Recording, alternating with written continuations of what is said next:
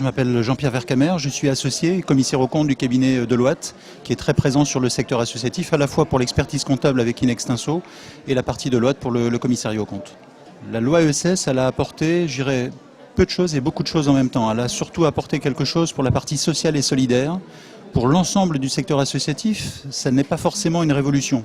Alors quand vous regardez les 90 articles au niveau de la loi ESS, vous découvrez de temps en temps une facilité que qu'on aura dans le futur en matière de fusion. C'était un gros mot de parler de fusion ou de mutualisation des ressources et des moyens il y a encore une dizaine d'années. Ça ne l'est plus du tout aujourd'hui. On s'est rendu compte que dans le médico-social, quand vous avez 15 associations dans un même département qui agit pour exactement le même objet associatif, il y a peut-être quelque chose à faire à ce niveau-là. Je pense que c'est rentré dans les états d'esprit et la loi ESS a permis une facilitation en matière de regroupement d'un certain nombre d'associations. Vous avez la possibilité, non plus parce que vous êtes RUP, reconnaissance d'utilité publique, de pouvoir encaisser dorénavant des libéralités et des legs, ce qui permettra, on s'est bien rendu compte qu'il y avait des difficultés aujourd'hui pour avoir des ressources financières, parce que les besoins augmentent, mais les ressources financières ont tendance à diminuer, et on s'est rendu compte qu'il fallait donner plus de liberté et de possibilités au niveau du secteur associatif pour avoir de bonnes ressources financières. Donc ça permettra à un certain nombre d'associations d'avoir une manne supplémentaire pour répondre à leurs projets associatifs. On a d'autres domaines où on essaye d'organiser un peu la gouvernance et la gestion, la structuration juridique au niveau des associations. Donc voilà, tout un tas de petites choses, rien non plus de fondamental par rapport à l'ensemble du secteur associatif. On pourrait dire qu'il n'y a pas eu de changement réglementaire, je dirais, extrêmement important pour le secteur associatif au cours de l'année 13 et 14. Il y a plein de choses qui existent au niveau purement réglementaire et au niveau légal. S'il manque une chose, c'est un peu d'argent pour arriver à combler les besoins qui sont vraiment des besoins croissants au niveau du secteur associatif. Et malheureusement, c'est vraiment l'effet de ciseaux.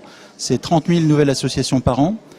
C'est des besoins qui sont véritablement en augmentation. Et malheureusement, c'est dans l'autre branche du ciseau, c'est une diminution des ressources financières disponibles.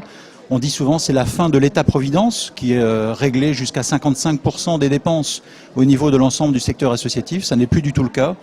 Quels que soient les ministres qui passent devant un écran, ils sont tous pour dire essayez de trouver d'autres moyens.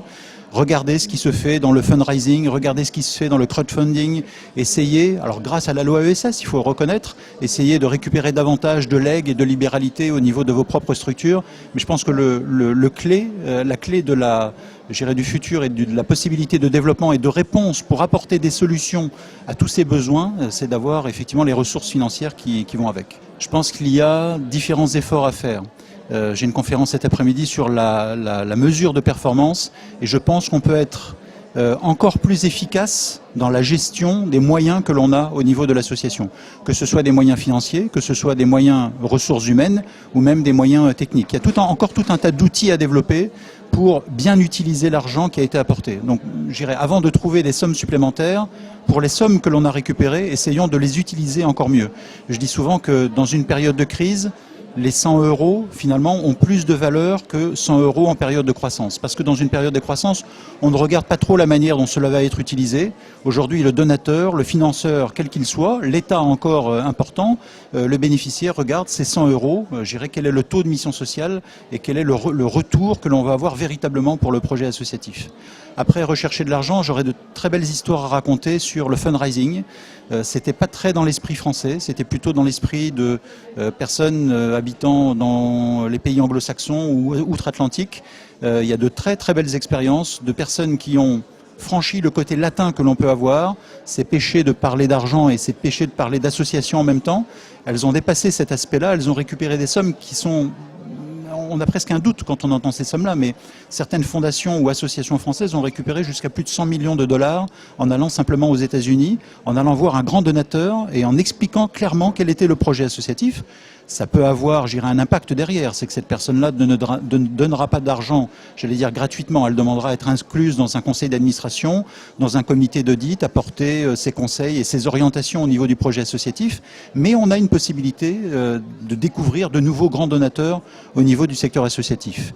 Le crowdfunding est véritablement une nouvelle expérience que l'on fait. Je crois qu'il y a eu 4 ou 5 expériences au cours de la matinée et partage d'informations à ce niveau-là. C'était une belle manière de démontrer qu'on est un échelon zéro, on fonctionne selon le même mode de fonctionnement depuis 30, 40, 50 ans. Il y a peut-être un virage à prendre et essayer de trouver d'autres sources de financement à l'extérieur. Et il y en a pas mal. Mon propos est de dire, toutes les associations ont un projet associatif. Alors, c'est très curieux dans la bouche d'un commissaire aux comptes. Mon objectif est de dire, la beauté du geste, c'est pas d'avoir des comptes certifiés. Les comptes certifiés, c'est normal, c'est bien, c'est un moyen pour rassurer et donner confiance à des donateurs. Mais il faut aller au-delà. L'article 2 des statuts, après avoir donné sa dénomination associative, c'est de dire « j'œuvre dans tel ou tel domaine ». Donc le cœur de la machinerie, c'est le projet associatif. À partir du moment où vous avez un projet associatif, vous mettez en place un certain nombre de moyens. Est-ce que dans ces moyens, j'ai une réelle efficacité par rapport aux moyens qui ont été mis en place, ressources humaines, ressources financières et ressources techniques. J'ai oublié de dire sur le projet associatif, est-ce qu'il y a une vraie pertinence à continuer le projet associatif qui existait déjà dans mes statuts il y a 30 ans? Le monde a changé, les moyens ont changé, les besoins ont changé. Est-ce que mon projet associatif d'il y a 30, 40 ou 50 ans est encore viable à aujourd'hui? Quand on a mis en place ce moyen associatif, on obtient des résultats. Et je trouve qu'il y a de très très bons résultats dans le secteur associatif français. Il y a des taux de mortalité, alors 30 000 créations d'associations par an, mais un taux de mortalité élevé tout simplement parce que, je dirais, il y a de très bonnes expériences en matière de conduite du projet associatif, mais on n'a pas toujours les bons gestionnaires qui vont avec. Malheureusement, on a, je dirais, quelques associations qui sont obligées de fermer. C'est dommage parce qu'on a créé le besoin, on n'a pas créé le besoin, on a répondu à un besoin, et voilà, il n'y a pas de pérennité au niveau de cet objet associatif. La mesure de performance, c'est de se dire, j'ai obtenu des résultats, est-ce qu'un jour, on s'est posé la question sur la qualité de la prestation qui a été rendue? Est-ce qu'on fait des enquêtes de satisfaction pour savoir si la prestation qui a été donnée est une prestation de qualité ou pas? Je fais du conseil ou de l'apport psychologique. Est-ce qu'on a été poser des questions à des bénéficiaires pour savoir s'il y avait un retour positif dans leur vie pour eux? Il y a eu des enfants défavorisés qui ont été retenus. Est-ce que de temps en temps, je vais les revoir quand ils ont 30, 40 ans, complètement insérés dans la société, avec, j'irai, une famille autour d'elle? Quel a été le vécu dans l'association et tout le bénéfice qui a pu être apporté par l'association?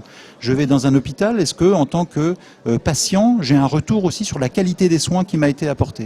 Donc voilà, il y a tout un tas de choses à faire dans ce domaine-là qui permettraient éventuellement de réorienter le projet associatif, de le continuer exactement de la même manière et de le rendre pérenne, parce que ça c'est extrêmement important, de ne pas perdre ce solutionnement qui a été apporté par des bénévoles, et c'est vraiment important.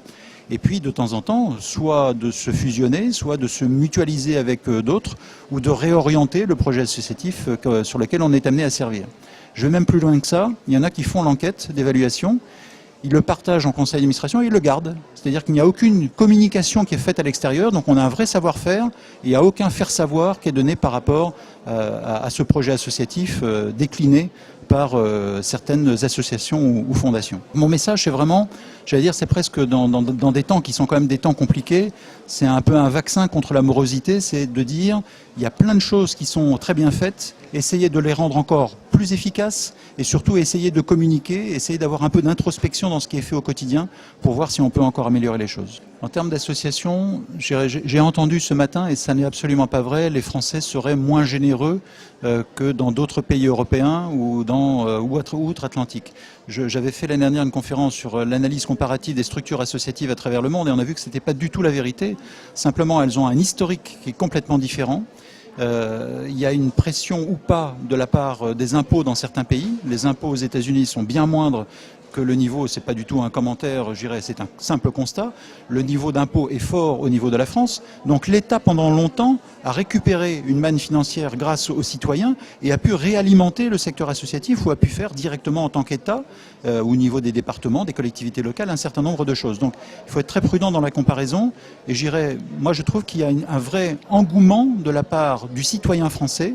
Je crois que c'est 1 sur 2 est dans une association et œuvre dans le secteur associatif. Donc les besoins augmentant, je pense que le secteur associatif va vivre encore pendant très très longtemps. Et ce qui me fait plaisir à voir, c'est que même dans des périodes délicates comme en ce moment, où la pression fiscale est forte, on a encore la possibilité, si on gère bien son fichier donateur, d'avoir plus 2, plus 3, plus 4% en matière de dons reçus. Il y a une organisation plus professionnelle qui fait que On peut aller voir des notaires et essayer de récupérer des legs. Le mécénat, voilà, il y a un stand juste derrière vous, des consultants qui sont là pour aider le mécénat, que ce soit du mécénat en monnaie trébuchante, en cas euro, ou en mécénat de compétences ou en pro bono. Donc je crois que le secteur associatif a encore de beaux jours devant elle. Là, maintenant, on ne soignera jamais. Il y aura toujours de la misère, il y aura toujours des maladies, il y aura malheureusement toujours de la guerre, il y aura toujours des besoins à combler. Voilà, il y a un bel avenir pour le secteur associatif. C'est un peu triste en disant ça aussi, parce que ça veut dire qu'il y a un besoin qu'il faut combler, mais il y a une très très belle prestation de la part du monde associatif français.